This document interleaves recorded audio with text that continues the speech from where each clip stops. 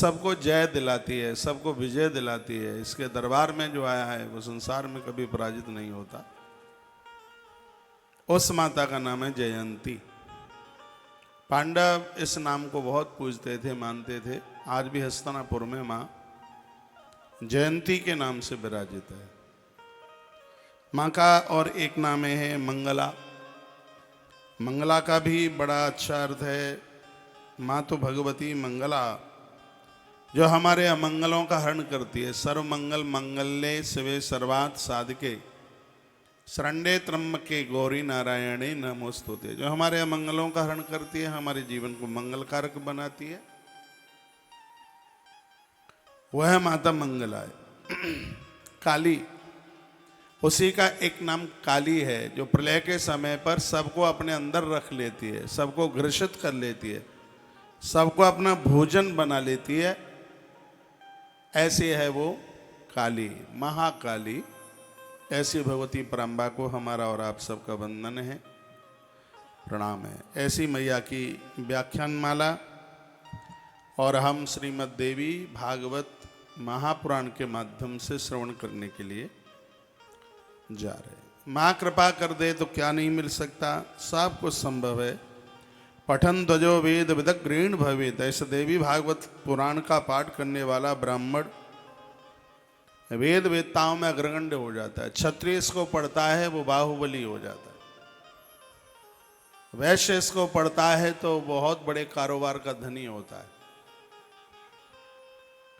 और कनिष्ठ इसको पढ़ता है तो पवित्र होकर के वो भगवान के धाम को पहुंचता है। सेवा इत्यादि कर्म उसके सार्थक हो जाते हैं। पठन ध्वजो वेद विदग्रीण भवेतः।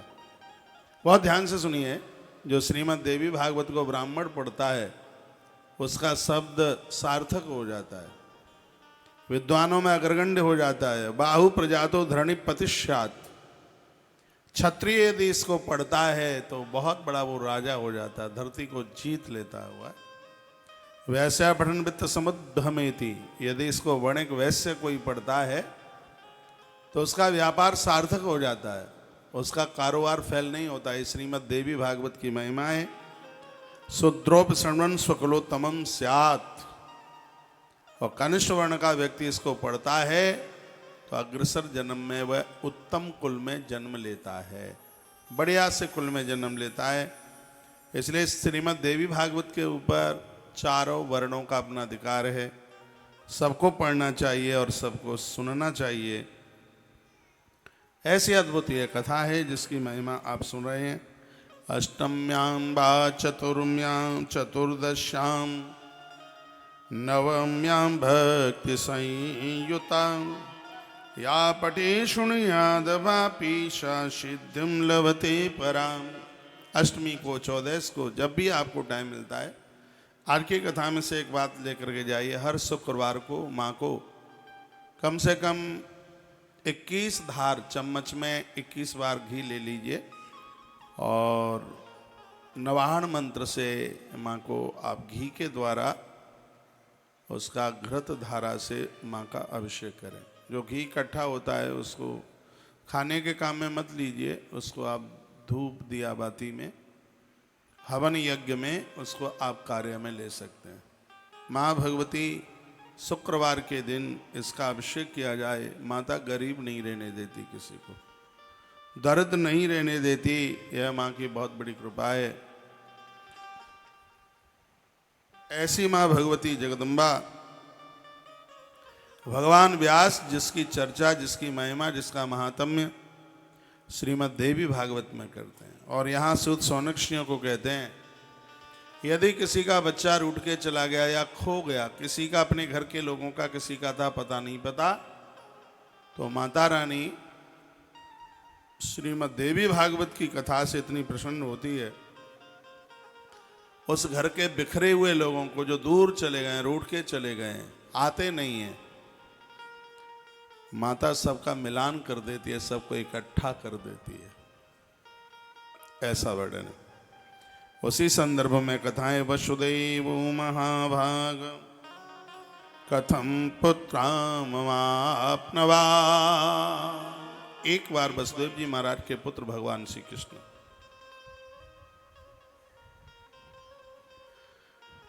वह घर से चले गए। इनको झूठा दोष लग गया था सिमंतक मणि के हरण करने का।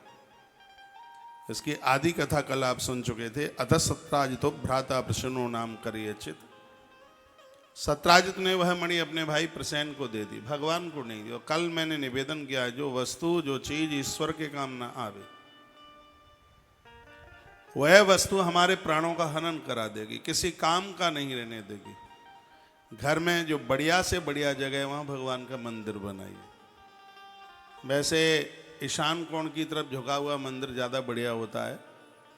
पूजा करने वाले का मुख पूरब में हो और भगवान का मुख पश्चिम में हो, ऐसा मंदिर ज्यादा विशेष कार्य होता है। जब आप कोई नया मकान बनाते हैं, पुराना बन गया है तोड़िए मत, नया आप बनाते हैं तो सबसे पहले इंजीनियर को बोलकर उसका मंदिर का मैप लीजिए।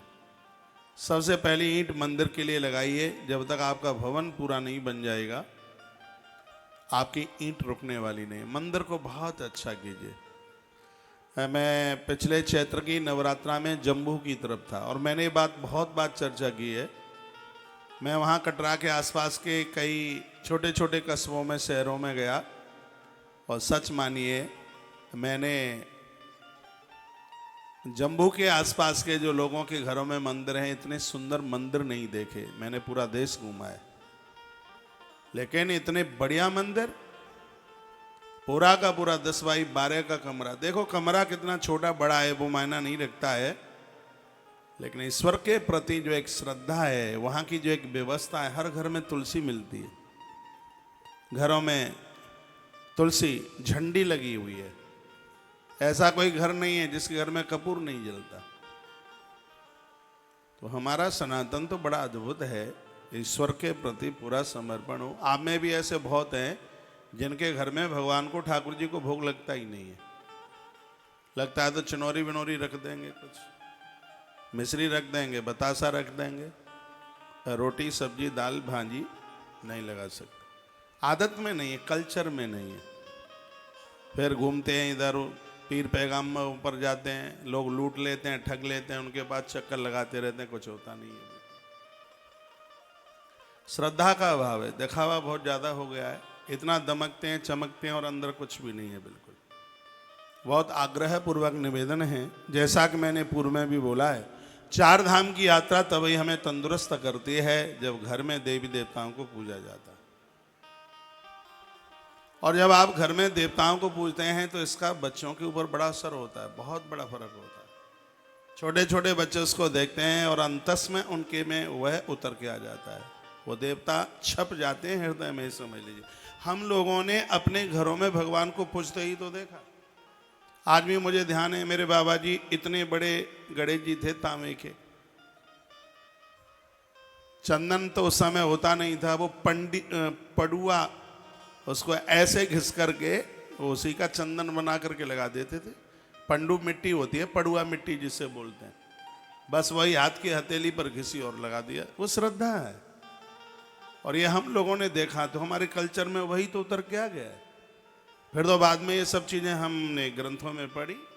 उस समय गांवों में क्या पूरे देश में आग जलाई, कंडा जलाया, घी डाला और उसके ऊपर अग्यारी और उसमें आहुति डाली। क्या शकुन मिलता था। श्राद्ध आते थे, घर की देहली के आगे लीप दिया जाता था 1.5 बाई 1.5 फीट में, फिर उसको लांग करके जाते थे। दिवाली आती थी, लाल मिट्टी गोबर में डाल करके, मिट्टी में डाल करके, और क्या लिपाई होती थी, आज के फर्श फैल हो जाए। गोबर से जमीन को अति शुद्ध पावन माना जाता था, ये सब होता था। और आज सब इतने व्यस्त हैं, काम कुछ है नहीं और व्यस्तता बहुत भारी। कहाँ है काम? घर में 4-4 नौकरानी लगी है।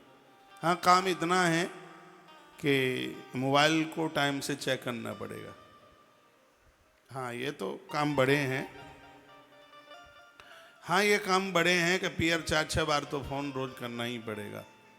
मैं कोई आलोचना नहीं कर रहा हूँ, लेकिन इतना याद रखिएगा, जो बहू ससुराल में रहकर पियर को बहुत याद करती है वह ससुराल में आनंद से नहीं रह सकती। गारंटी के साथ निवेदन कर रहा हूँ, उसका ससुराल में मन ही नहीं लगेगा, वो लोग अपने नहीं लगेंगे। देखिए, आप पियर को याद कीजिए, कौन मना करता है? बिल्कुल कीजिए। लेकिन ये नहीं है कि हर 10 मिनट में, हर 10 मिनट में नहीं, बिल्कुल भी नहीं। अपने घर को धाम बनाइए, आनंद से भर दीजिए अपने घर को। आप गृहिणी हैं और आपको धर्म पत्नी कहा है। धर्म तो आपके ऊपर ही टिका है। मंदिरों में देखो, कथाओं में देखो, जहाँ देखो वहाँ संख्या आपकी ज़्यादा है। आप ना हो तो ये प्रकृति ना होगी, प्रकृति और पुरुष। आपके द्वारा इस सृष्टि के सृजन में आपका बहुत बड़ा योगदान है। आप घर आप ही चलाती हैं। आप ना हो तो लोग भूखे मर जाएं, कुछ होगा ही नहीं बिल्कुल भी। इसलिए घर की नारी को तो बहुत सजगता के साथ, इनको बोलना कथा चल रही, बहुत सजगता के साथ, बहुत फूंक फूंक करके अपने जीवन का उन्हें निर्वाण करना चाहिए। एक बार जयकारा लगाएं, बोले भक्त वत्सल भगवान की जय हो, श्री हनुमंत बलवंत महाराज की जय हो, आज्ञानंद की जय हो। जय जय श्री राधे, जय श्री राधे, जय। श्री राधे श्याम। आपको अच्छा क्या लगता है? आपको भोजन बहुत अच्छा लगता है तो पहले भोजन को भगवान को समर्पित करो। हम लोग ऐसा ही तो करते हैं। हमारे जीवन में ईश्वर से सर्वोच्च कोई चीज है ही नहीं। कुछ आप हमें कुछ दे भी देंगे तो हमारे अंदर से क्या आता है, देखो आज भगवान ने क्या बढ़िया सी चीज हमें दे दी है। क्यों? उसी ने तो आपके कान में फूंक मारी है, आपको प्रेरणा दी है, तो वह आप लेकर के आए हैं। सब कुछ ईश्वर का मान लीजिए। मुझे भरत बहुत अच्छे लगते हैं, क्योंकि भरत कहते हैं मेरे पास जो भी है, जब मैं भगवान का हूं तो मेरी वस्तु भगवान की क्यों नहीं होगी। और ऐसा जीवन जी करके देखें, जिंदगी का समाधान है बिल्कुल। फूल पत्तियां, आप सब कुछ चीजें, बेलपत्र, तुलसी पत्र, ये सब चीजें आप चढ़ाते हैं भगवान को, लेकिन अपना मन नहीं दे पाते भगवान को, अपना मन समर्पित नहीं कर पाते। और मुझे भागवत जी का वो हाथी एक डूबता हुआ बड़ा मलूक लगता है, अच्छा लगता है, जिसने डूबने से पूर्व और एक फूल भगवान को दे दिया। फूल मीन्स अपना मन दे दिया। और जब ये जीव, ये भगत अपना मन भगवान को देता है तो भगवान उलाने ही दौड़ पड़ते हैं। भगवान ने कुछ पहना नहीं था, गरुण को कहा था कि मेरा भगत डूब रहा है, चल मुझे जल्दी लेके चल। भगवान की आंख में आंसू आ गए कि मेरा हाथी डूबने वाला है, गरुण जल्दी से मुझे पीठ पर बिठा करके बहुत जल्दी से लेकर के चलो। गरुण को अभिमान था इस बात का कि ये लोग ईश्वर को बुलाते हैं, मुझे नहीं बुलाते, और जब मैं इन्हें पीठ पर बिठा के नहीं ले जाऊंगा तो ये क्या जा करके रक्षा करेंगे। लेकिन भगवान ने ये कह दिया कि मैं तो तुम लोगों को आदर बढ़ा रहा हूं, तुम लोगों को, मुझे ऐसी कोई जरूरत नहीं है तुम्हारी। और भगवान वो पैदल चल पड़े। पीछे से गरुड़ ने कहा प्रभु मुझे स्वीकार कीजिए, लेकिन भगवान तो उलाने ही पाम जाकर के धाये, और वह हरि शब्द पूरा नहीं कह पाया तब तक तो सरोवर के किनारे मेरे भगवान जाकर के छा गए। भगत को बुलाने में देर लगती है, लेकिन भगवान को आने में बिल्कुल देर नहीं लगती। भगवान क्यों पहुंच गए? क्योंकि उसने अपना सुमन, सुमन का अर्थ फूल तो होता ही है, लेकिन पवित्र मन भी सुमन का अर्थ है, पवित्र मन। भगवान को अपना निर्मल मन दे दीजिए। भगवान को हमारी वस्तुएं क्या, ये तो हमें शांति मिलती है कि हमने भगवान को भोग लगा दिया है। तेरा तुझको अर्पण, ये हम भगवान को कहते हैं तेरा तुझको अर्पण क्या लागे मेरा। और सच तो यह है, तेरा तुझको अर्पण, जो तुम दे रहे हो वो सब अगले जन्म में तुम्हें पाई पाई मिलना है। यहाँ पर रोटियां आप जमा रहे हैं, रोटियां आपको ही मिलेंगी। लोगों को मकान दे रहे हैं, भूमि दे रहे हैं, पानी पिला रहे हैं, सब आपको ही मिलने वाला है। ये प्रकृति का सिद्धांत है। जमीन में आप बीज डालते हैं, वो क्विंटलों में वापस कर देती है, धरती में अपने पास नहीं रखती। आप इस प्रकृति को जो भी देते हैं, प्रकृति सब कई गुना करके आपको दे देती है। बुरा ना मानिए, जो लोग आज अभाव में जी रहे हैं ये दे के नहीं आए हैं। पहले आपने कभी, आप गिरिराज जी की परिक्रमा में जाएं तो बहुत लोग कटोरा लिए हुए बैठे हैं, 1 रुपया दे दो ईश्वर तुम्हारा भला करेगा। कौन लोग हैं वो? ये वो करोड़पति लोग हैं जो बहुत अमीर थे, इन्होंने कभी किसी को कुछ दिया नहीं, और आज वहां उस परिक्रमा में बैठे। अब आप कहोगे तो गिरिराज जी में कैसे पहुंच गए? इन्होंने उन साधुओं का दर्शन कर लिया था जो उनके दरवाजे पर मांगने के लिए आए थे। स्वामी विवेकानंद जी महाराज कहते थे कि दर दर में नारायण होता है। वह नारायण ही इनके सन्मुख चल करके आया था और ये चूक गए, ये कुछ भी नहीं दे पाए। तो उनका दर्शन किया था तो उसका तो फल ये मिल गया कि गोवर्धन की परिक्रमा में बैठे। कभी किसी भूखे को इन्होंने एक टुकड़ा नहीं खिलाया, एक रोटी नहीं खिलाई, इसलिए आज वह दर दर के हो गए। बहुत आग्रह पूर्वक निवेदन है, उदार बनिए। ये कथा तो यही कहती है, आपके पास जो भी कुछ है वह पहले ईश्वर के लिए हो। आप इतनी सुंदर रसोई बनाते हैं, कितना सुंदर बढ़िया सा तड़का लगाते हैं, नाक में अंदर प्रवेश कर जाती है खुशबू, लेकिन ईश्वर का तो ध्यान ही नहीं होता है। ना उसमें कोई तुलसी पत्र होता है, ना हाथ में घंटी होती है, ना भगवान के आगे थाली होती है। सब ऐसे ही हो रहा है। तो अब यूं ही चल रहा है सब। हम लोग बड़ी मस्ती के साथ जीवन जी रहे हैं, कब दिन होता है कब रात होती है, जीने का ढंग संभल गया है। बस जीना आ गया है कि कैसे जिया जाता है।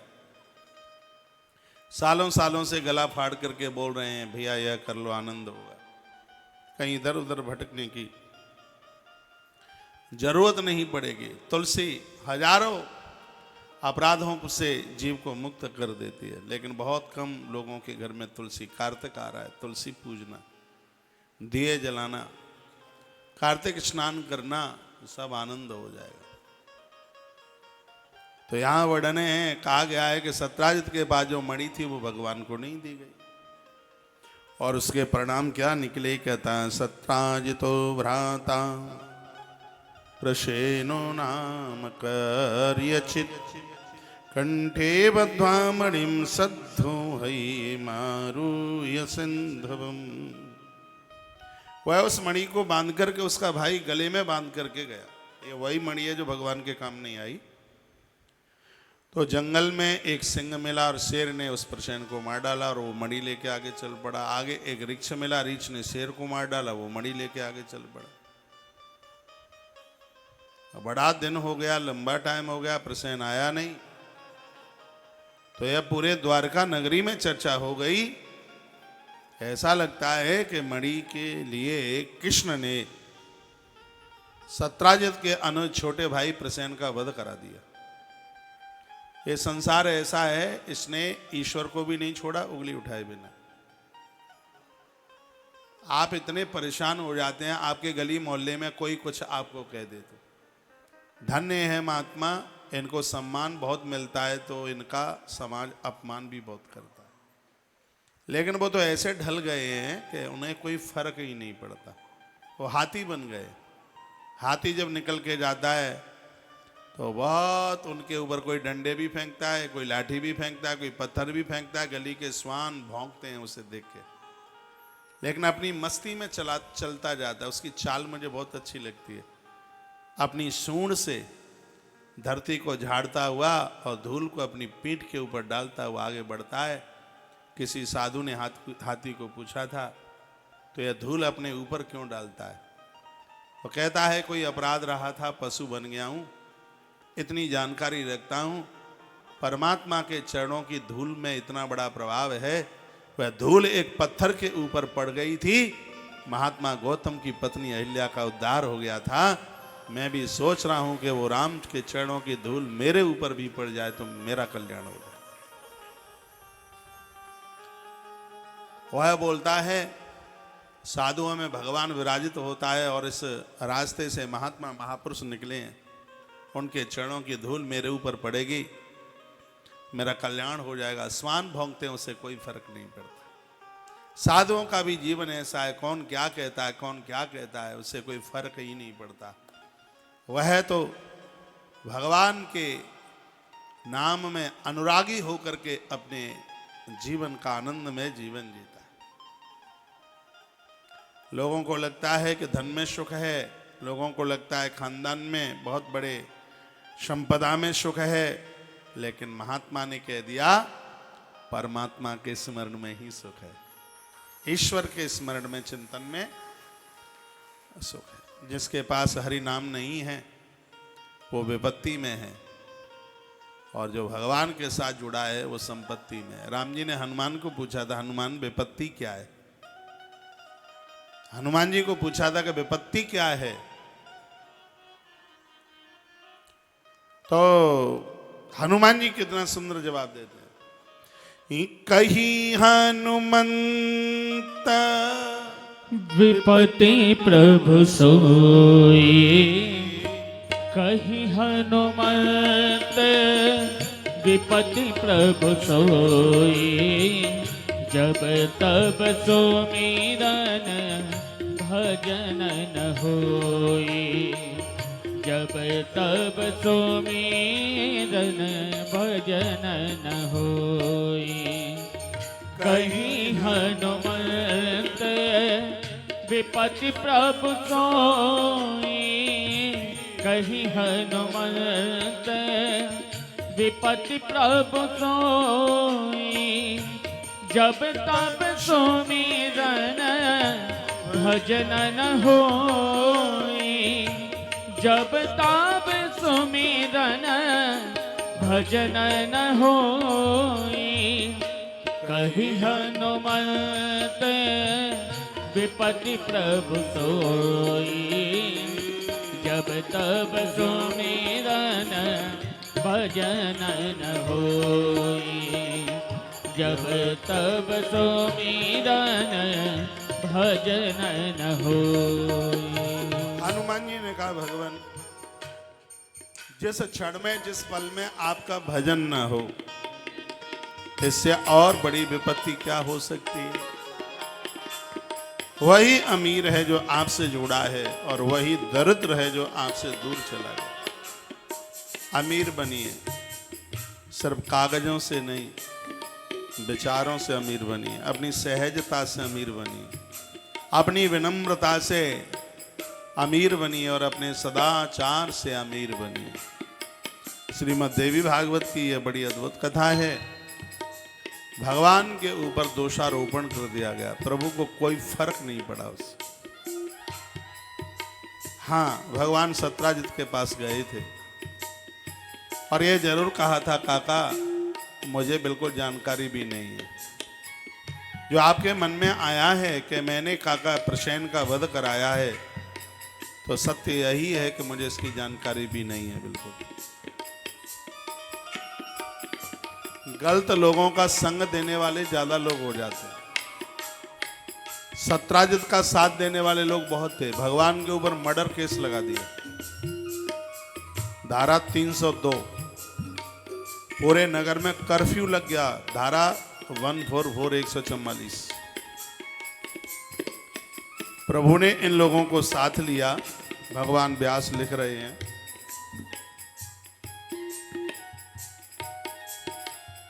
वन में गए, जंगल में गए तो डेड बॉडी मिल गई प्रसेन की।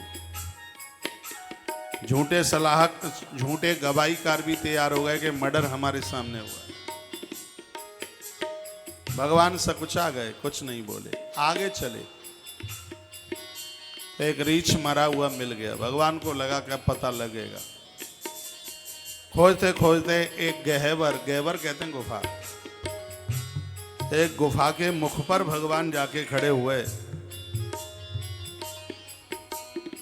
और द्वारका के लोगों को कहा, तुम मेरा इंतजार करना, घटना के पता का लगा यहां से, घटना का पता यहीं से लगाया जाएगा। मेरे प्रभु ने अंदर प्रवेश किया। द्वारका के लोगों ने प्रतीक्षा नहीं की, चले आए और श्री वसुदेव जी महाराज को कहा, तुम्हारे पुत्र की मृत्यु हो गई। एक गुफा में वो अंदर घुस गया था और हमने 12 दिन इंतजार किया, 12 दिन इंतजार किया और वो आया नहीं। लगता है कि उसकी मृत्यु हो गई। वसुदेव जी महाराज बहुत चिंतित हुए। लिखा, प्रसेनाघातकं दृष्ट्वा बिलद्वारे मृतम हरिम। प्रसेन की खोज में निकले थे, लेकिन बिलद द्वारे मृतम हरिम, बिल में घुसते हुए देखा। ऐसा लगता है कि उनकी मृत्यु हो गई। इतना सोना, द्वारका के दिए बुझ गए। द्वारका में शोक मनाया जा रहा था। इस बात का सबको कष्ट था कि कृष्ण की मृत्यु हो गई। अभी इन लोगों को ये नहीं पता कि साक्षात ईश्वर के जमाने में लोगों ने उन्हें ईश्वर नहीं समझा। राम के जमाने में लोग उन्हें ईश्वर के रूप में नहीं देखता है। बढ़िया लोग उनकी हकीकत का पता तो कितने महान हैं उनके जाने के बाद ही तो पता लगता है। पूज्य स्वामी विवेकानंद जी महाराज के जाने के बाद ये देश को पता लगा कि ये क्या सन्यासी था अपने आप में।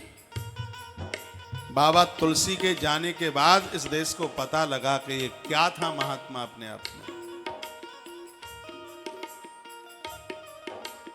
कृष्ण को ये लोग समझ नहीं पाए। इन्होंने कृष्ण को साधारण सा पुरुष मान लिया और आज पूरे द्वारका में इस बात का शोक था, खेद था कि वसुदेव के पुत्र की मृत्यु हो गई।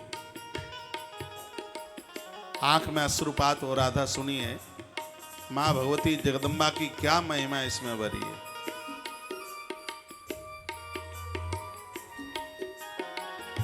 वसुदेव जी रो रहे थे। उसी समय आकाश मार्ग से देव ऋषि नारद जी उतर करके आ गए। अथा जगाम भगवान देव ऋषि ब्रह्मलोकता। देवसी नारद जी आए तो थाय च प्रणम्याम वसुदेवप्य पूजयत। वसुदेव जी ने खड़े होकर उनका आदर किया और उनका पूजन किया। चरण धोए, चरणोदक लिया। साधु का आगमन हमेशा हमेशा शुभ होता है। और मैंने बहुत बार कहा है कि बसंत के आने से प्रकृति खिल जाती है और संत के आने से संस्कृति खिल जाती है। गुरुजनों का आना बहुत ज्यादा शुभ है और धन्य है धरती के वह लोग जो किसी न किसी गुरुजनों के टच में, उनके सानिध्य में है। क्योंकि साधु ते हो ही ना कारजहानी। महापुरुषों का संग पाकर आज तक कभी किसी को किसी भी प्रकार का कोई घाटा नहीं हुआ। साधु संग साधु संग साधु संग रमी। महापुरुषों का संग कीजिए, घुल मिल जाइए महात्माओं में। गड्ढे का पानी कोई भर ले, बाजार में बेचने को जाओ, कोई पानी ले लो, पानी ले लो, 1 रुपए में कोई नहीं लेगा। और वही गड्ढे का पानी दूध का संग पकड़ ले तो 60 रुपया किलो बिक जाता है, 65 रुपया किलो बिक जाता है। जो इस देश में जो लोग किसी काम के नहीं थे, उन्होंने महापुरुषों का संग पकड़ लिया, धरती पर वो महाराज पुज गए। उनकी वैल्यू, उनकी महिमा बढ़ गई। इसलिए महापुरुषों का संग पकड़ लीजिए। नारद जी ने पूछा था राम जी को, साधु की पहचान क्या है, उनके गुण क्या है? तो सुनी मोनि संतनि के गुण कहे हो, सुनि मोनि संतने के गुण कहे हो, ताते मैं उन्हें के बस रहे हूँ। सुनि मोनि संतन के उड़ कहे हो, सुनि मोनि संतन के उड़ रहे हो, ताते मैं उन्हें के बस रहे हूँ। सुनि मोनि संतन के उर कहे हो, ताते मैं उन्हें के बस रहे हो। गावहि सुनहि श्रवण मम लीला, गावहि श्रवण मम लीला, हेतु रहित पर हित पतिशीला। ये महापुरुषों की गुणवत्ता है। भगवान कहते हैं मेरी कथा सुनते हैं। आप घर में रहते हैं, विज्ञान का काल है, विज्ञान का युग है, 1 मिनट भी अपने आप को खाली मन छोड़िए। माला पर नियम पूरा किया जाता है। जप तो पूरे दिन होना चाहिए, मानसिक जप हो। माला तो सुबह हाथ में पकड़ी जाती है, एक नियम पूरा होता है।